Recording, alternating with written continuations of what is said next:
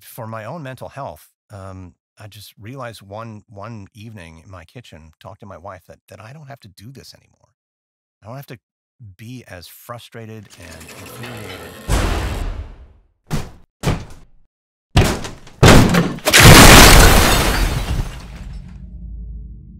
This is Fails, Falls, and Fuck Ups, where we talk to amazing, successful people about the times they were, well, amazingly unsuccessful.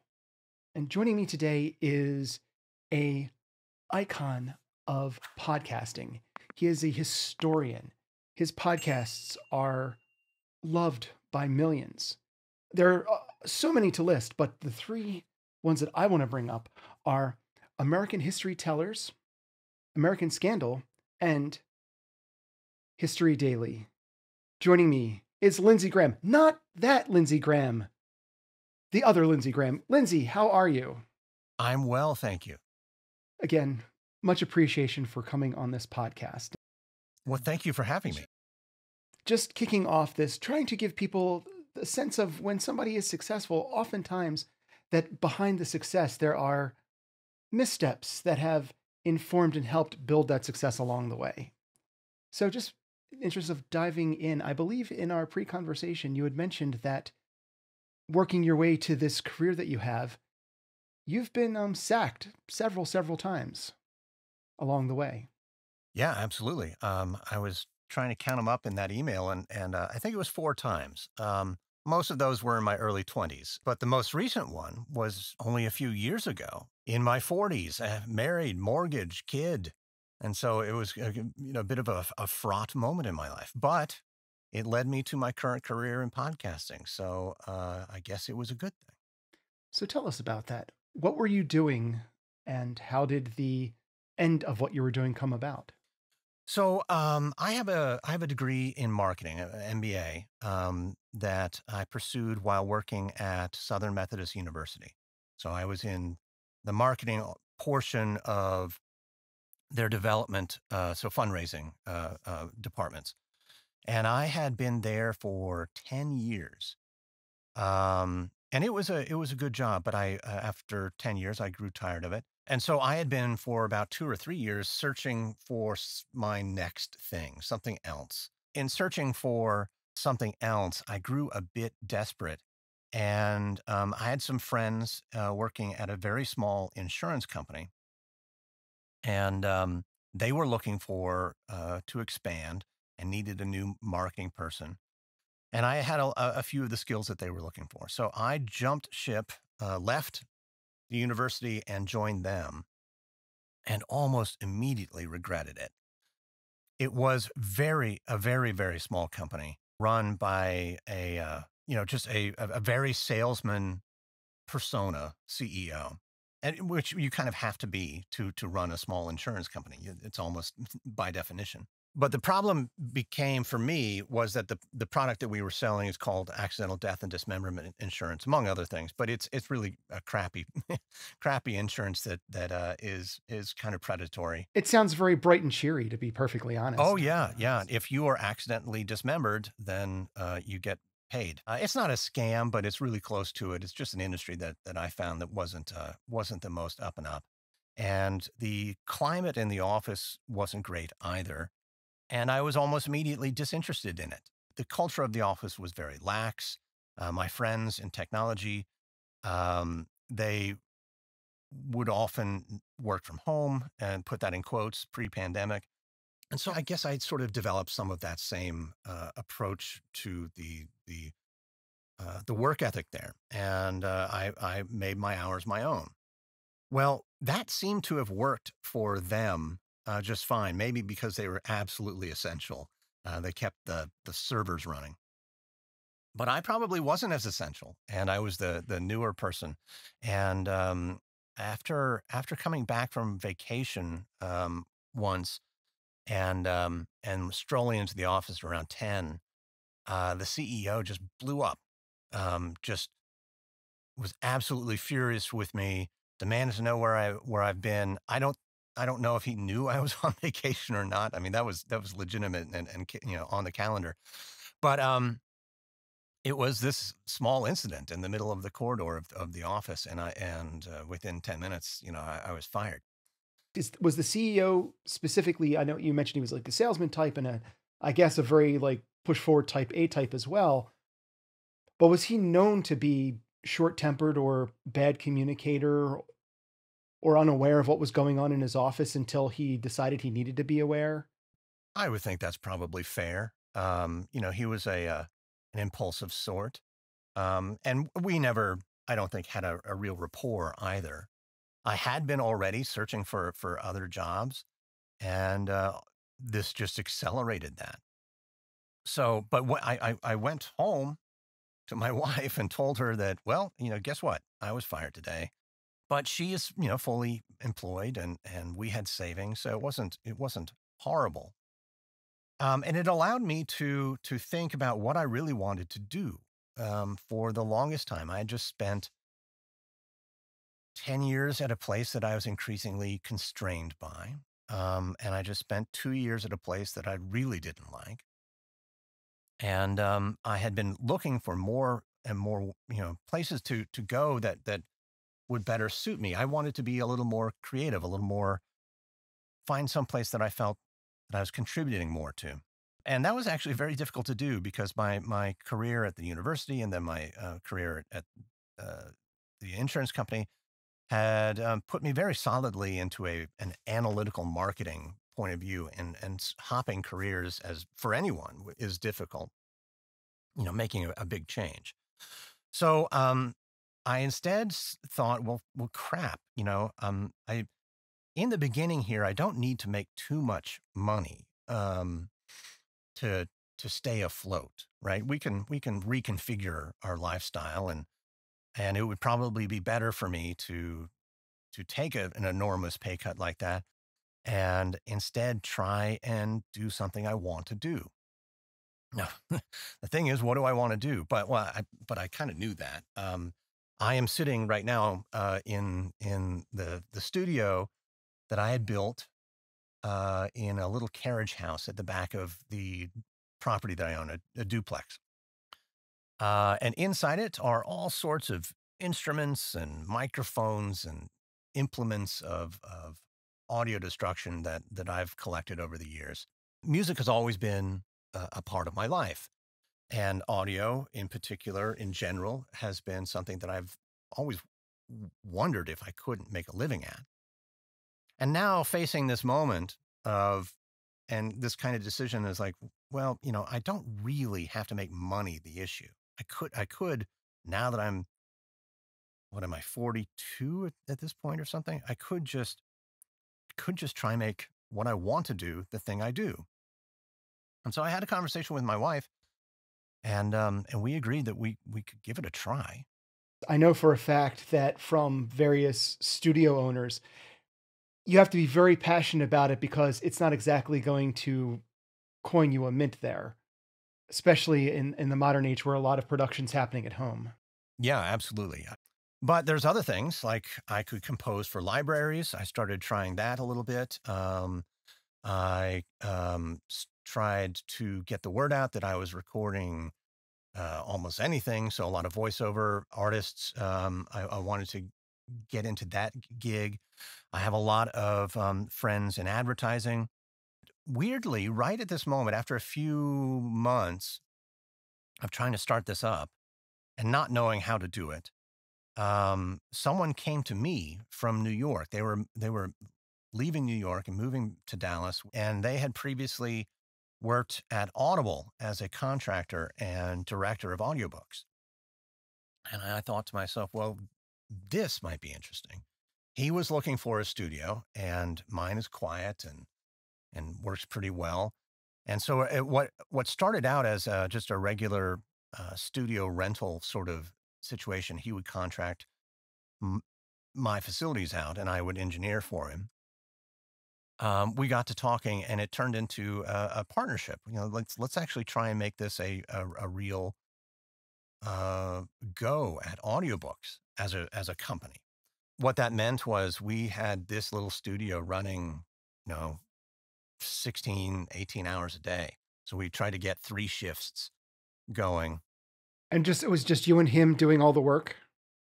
Well, we couldn't. What we discovered was that we need engineers and directors in the room during the recording.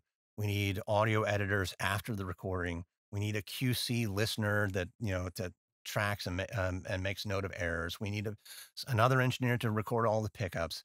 So it became an event. It was an endeavor. It was also excruciating. I mean, because there's so much work and so many details. And many of these books are 8 or 16 hours long. Throughout all this time, though, my partner and I are discussing what else we can do. How can we grow this business? And one of the things that we discussed was podcasts. My partner had this idea that he wanted to do a different type of podcast, a audio drama. I had no idea what they were, that they even existed past the golden age of radio.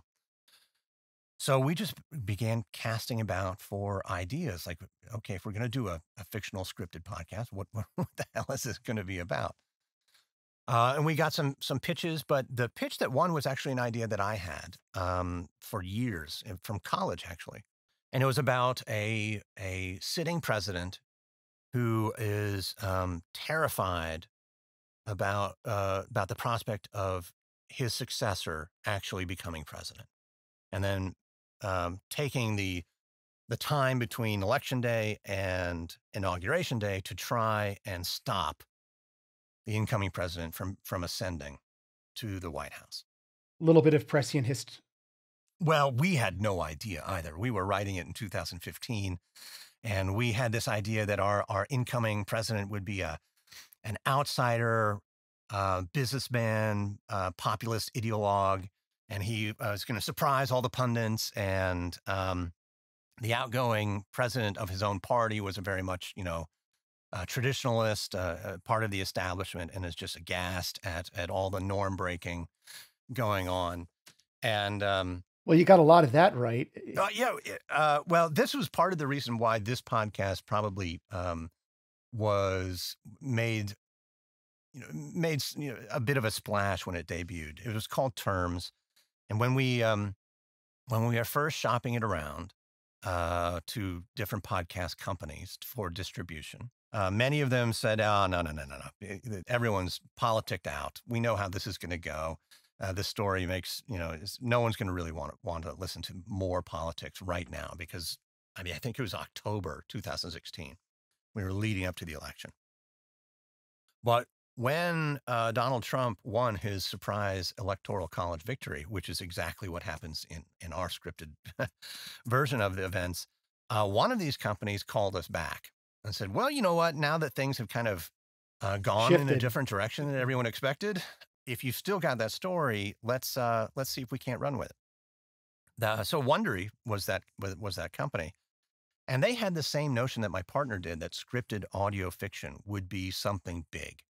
That it would be a new frontier in podcasting. And Hernan Lopez, the CEO in particular, thought that this would be the thing. And Terms was a very early investment of theirs, I guess. Although they didn't invest in it, they just they put it out on their Published it. network, published it, yeah. And it was a lot of fun because, like you recognize, we were a bit prescient, so we got in the paper here in Dallas and made some news elsewhere about how we predicted the election. And it was kind of new for a larger company like Wondery to come out with an audio drama and introduced an old new concept to more people. But it didn't find its audience. Well, I'm still underwater for that project. We never made enough off of advertising to cover all our costs. But it did sort of set you up for the future. Yeah, but I didn't know it at the time. So what it did though was increase my workload because I was supervising all the writing. I was composing all the music. I was doing all the sound design. All of this while the audiobook company was still trying to churn out audiobooks. And my partner and I were increasingly at loggerheads. We had developed a growing personality conflict because at this very same moment, we had been accepted into some sort of local Dallas startup accelerator program, and that had it started introducing us to potential investors and other things. And I think we were just taking ourselves far too seriously about about our real prospects in the audiobook and podcasting universe. Um, and uh, this also was a moment in which this conflict between me and my co-founder.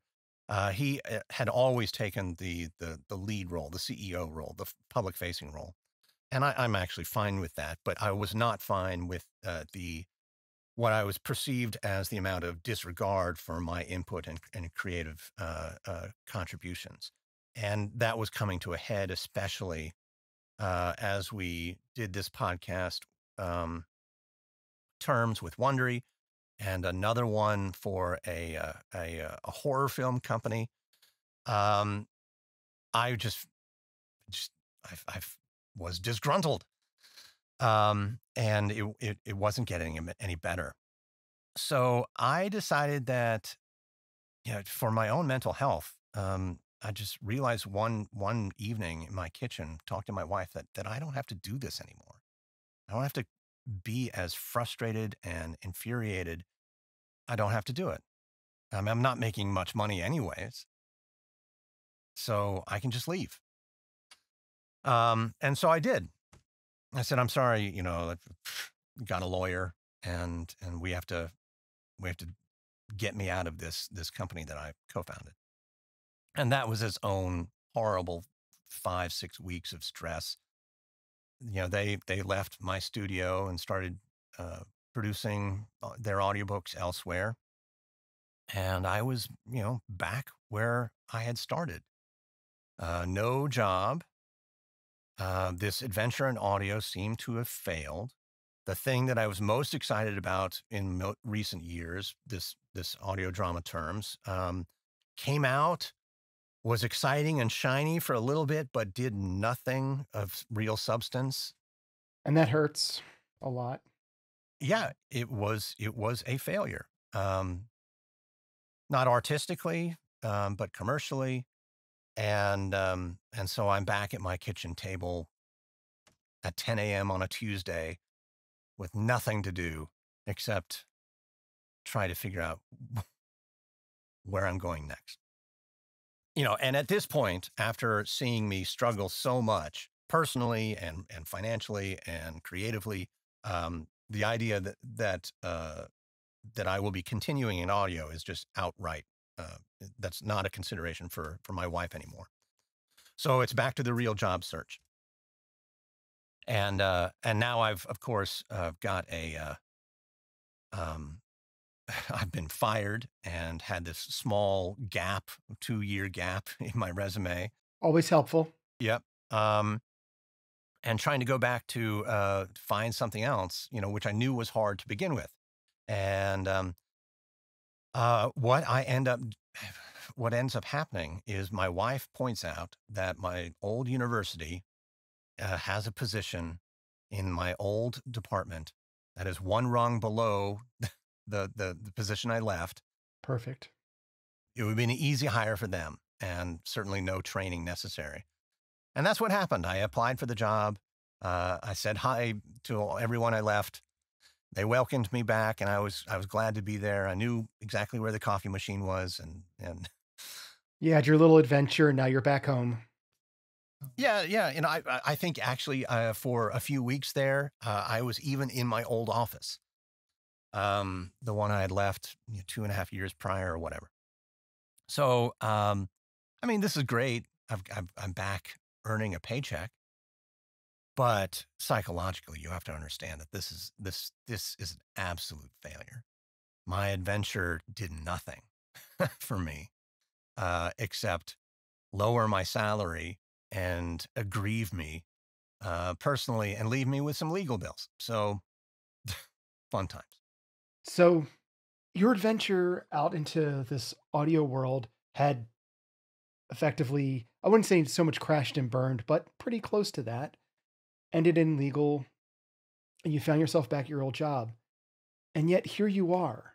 How did you get clear failure? How did you get from there to a man with, like I joked before, 18 podcasts? You have, what was it, 150 million downloads last year? You have a ton of listeners. You put out a huge amount of content. You are incredibly successful at the job you wanted to eventually have. How did you get from that failure to here? I don't know that I wanted to have this job. I don't think I knew that I wanted to have this job. Um, what happened was that podcast Terms. We wanted to make some money off of it, and the way to make money is to run sponsorships on your podcast, advertisements. And I'm confronted with this problem as executive producer of the show. It is a fiction podcast, so who's going to read the ads? There's no host. And I decide, well, you know what? It's not going to be the villain of the show. It's not going to be one of the actors. That one, it's going to be hard to get them. You know, I have to schedule them to come into the studio. And two, that just feels weird. I'll do it. I've got a degree in marketing. I know enough about advertising and writing copy. I've been doing it plenty. So I will do the ads. I did not know that in making that decision, that I was setting myself up for an absolute sea change in my life and a complete new career. Because while I was battling my co-founder and then eventually leaving that company and going back in misery to my old job, Hernan Lopez at Wondery had been listening to Terms and especially my ads. While I was at the university, back at the university, I got a phone call from Hernan, and he said he had two questions for me. The first was, he's got this new podcast coming out, and it's hosted by a journalist who can't endorse products. And Hernan asks me if I would mind writing and reading the ads for this new podcast called Dirty John. And I said, of course. And we came to some agreement about how much I might charge. But then he asked the second question. You're a history buff, right? And I mean, I like history. I don't know if I would have described myself as a history buff, but I said yes in the context of that phone call. And he says, good, because I've got this other idea.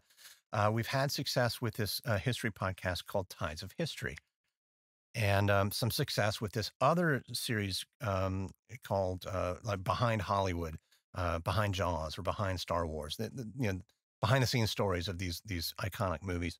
And I wanted to take the approach of the Behind series and move it into history. And I know that you could do the sound design, but I'm wondering if you would also host the show. And I was a bit aghast. I was already, 3/4 uncomfortable with the being the voice of ads, but willing to do that. But being the host of an entire show about history that I appreciate, but really I'm not an expert in by any stretch, well, seemed daunting. But again, this is not a question you say no to. You don't get these opportunities that often. No. So if you know what's good for you, you're gonna say yes and fake it till you make it. Mm-hmm. So that's exactly what I did. Mm-hmm. I said yes to both of them. You had mentioned that you were not comfortable doing these commercial reads, that you weren't comfortable performing in front of the microphone. How long did it take you to get past your imposter syndrome? I never thought of myself as a talent, on mic talent. It was uncomfortable. I was very self-conscious. So I think probably after just a few episodes of History Tellers, so I've gone from a few ads to many ads to now a full scripted narration, and done all the editing myself. Start to understand my own strengths and weaknesses as a narrator. And one of the strangest things about History Tellers are these reenactment moments in which I embody all the characters. And so I was voice acting too. I mean, real acting stuff. And I probably just a few episodes into History Tellers, um, after the final review before I send in to Wondery, I think you come to a decision that it's good enough. It seemed to be this brewing perfect storm of accidents for me, that the subject matter was something that I was semi interested in. The I was getting more comfortable behind the mic. I had was getting more comfortable with the type of scripts that were coming in. I was doing some practice runs and gaining some confidence on my own.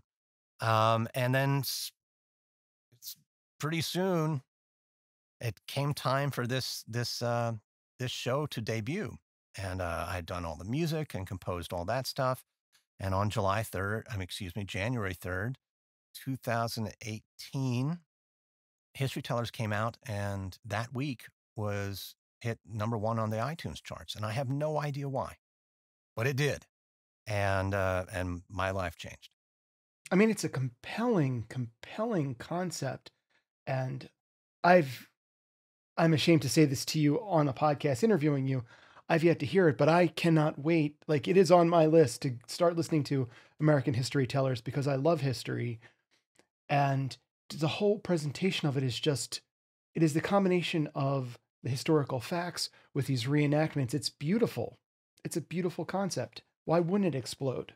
It's why the History Channel was so popular for so long. It was absolutely startling how successful, how quickly it became. And all the while I'm still working at the university. And so this turned out to be something real. And so my contract with Wondery was for a certain number of episodes or a certain number of months. And then they could renew it and then have an option for further renewals. And you had full ownership of it. Yes or oh no? no, absolutely not. No. I was a contract employee and my job was to narrate and sound design. And they didn't even contract me to do the music. I just did it because I knew there'd be music needed and I wanted to do it. But this was a short-term contract in months, not years, and certainly nothing secure enough to hang my hat on, let alone my mortgage. So I did it on nights and weekends, all by myself for a few months. And that grew really burdensome. It's a lot of work. Oh, yes. And so I did eventually reach out to one of my audio editors from the old audiobook days and ask him if he would like to edit some audio. And so that was good, but it cut into my profits for the show. But I was being compensated at that point for the podcast on an annualized basis more than my job at the university, which was ridiculous in my mind. And so ridiculous that it had to end. I mean, there's just no way that it would get renewed. There's no way that this would actually be a thing. But it kept being a thing. It kept going, and the audience grew, and it got renewed after its first 6-month probationary period or whatever. And I began thinking to myself, I'm very tired working full time and then also doing this podcast. I'm still skeptical that I could make this one podcast my career. But if I had 2 podcasts, and if this second one did, even a portion found even a portion of the same success, then I would have this portfolio of 2 podcasts. So if one went away, I could rely on the other. And then maybe I could quit my job and just focus on podcasts, which is weird because I tried this a year and a half ago and it all failed. So I started thinking about what this podcast could be. I looked at the podcast industry, the market, and true crime, as it is still now, was just, Hmm. you know, everywhere. Isn't true crime effectively the highest ranked in popularity aside from celebrity personality type ones? Oh, I would imagine so. I don't know exactly, but Serial pretty much defined modern podcasting, and it is a true crime podcast. And My favorite murder, my girlfriend knows how to kill me in many different ways, so I've got to be very on my best behavior. absolutely. As I was getting to, I don't really enjoy the genre. I don't like listening to murders or where the bodies are buried. Harm to people is not something that I relish listening to. But it is very marketable. And so I thought to myself, how can we do this?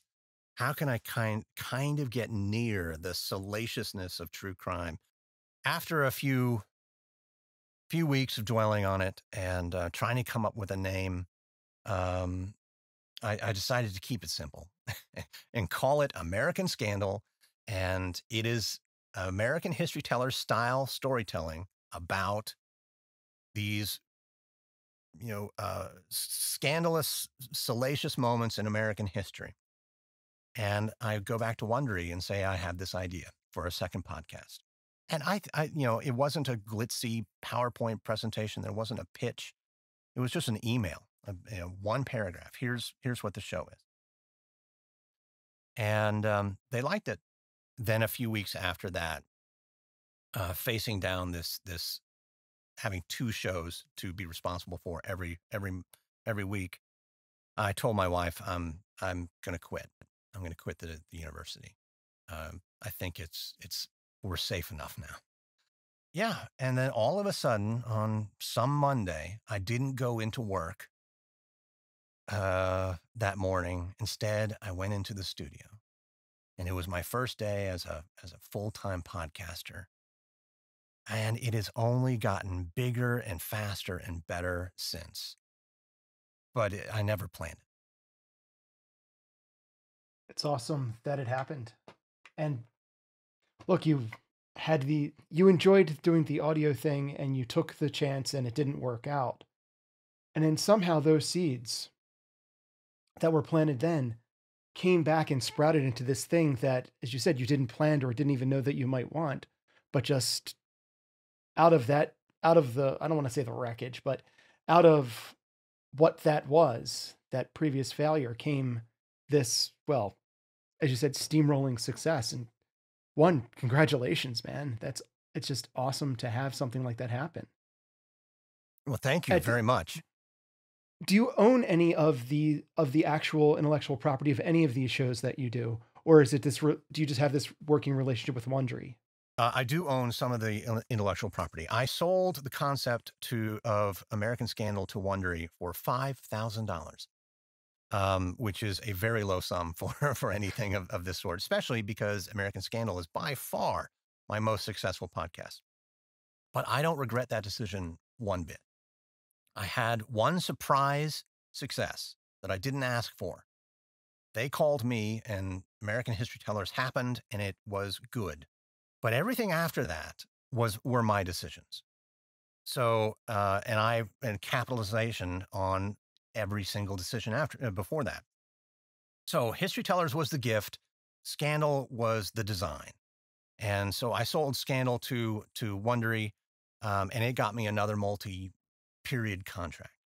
After that, um, I came to them with the concept for American Elections Wicked Game, which would be a 59-week survey of all American presidential elections leading up to the 2020 election. That one I own. Once Wicked Game ended at the beginning of 2021, I wanted to replace it with something else. And I wanted to replace it with something that wasn't so political because believe me, I got very tired of reading outrageous partisan complaints about my podcast. I imagine from both sides, because people would cast their views on you. You can't explore presidential history cautiously enough. Someone's going to take issue with the facts, and they're wrong most of the time. But anyways, Uh, we batted around some ideas, but one thing I was clear about was that Wicked Game did not meet its commercial potential in my mind. It wasn't selling well with advertisers, and I didn't understand that for the audience that it reached. And so I just asked them explicitly, I want to build a show that is commercially successful, that advertisers would like to spend their money on. And Wondery told me that their business shows sell out all the time. They can't put enough ads onto their business shows. Their biggest one being Business Wars. All of this to say, what started out as pure Wondery owned became more and more my end. And now History Daily comes out, and Wondery is not a partner in that at all. Mainly because I was approached by this other company, Noiser, to do a co-production, and that's turned out great. So History Daily came out in November, and it's going gangbusters. We did in January 1.5 million downloads. And we're growing, and that brings us to today. I'm managing a company now with 1, 2, 3, 4, 5 almost employees. Starting this March, my 5th one will start, and I love it. It's fantastic. That is wonderful. Now I want to ask you, give some advice to anyone listening who, something for them. I want it very general. Somebody out there thinking about their dreams, thinking about maybe not liking their job. What bit of advice would you give them for something for them to do, and a bit of advice for them not to do? Yeah. I think there's a lot of general advice available that is either wrong or right for you depending on the situation. Follow your dreams or seek safety. Both of those are true, given different contexts. But what I think I did well is develop a plan. I mean, I took the accident of History Tellers and I kept building on it. And I knew when opportunity was knocking and how far to open that door. I think I was okay with incremental growth.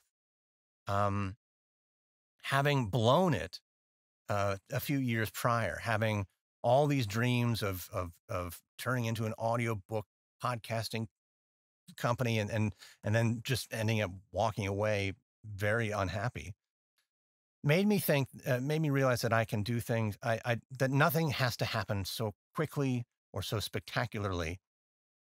And in fact, maybe incremental, slower, more foundational growth is better. And psychologically too, it helps because you're not waiting for the big win. You can engineer a small win for you.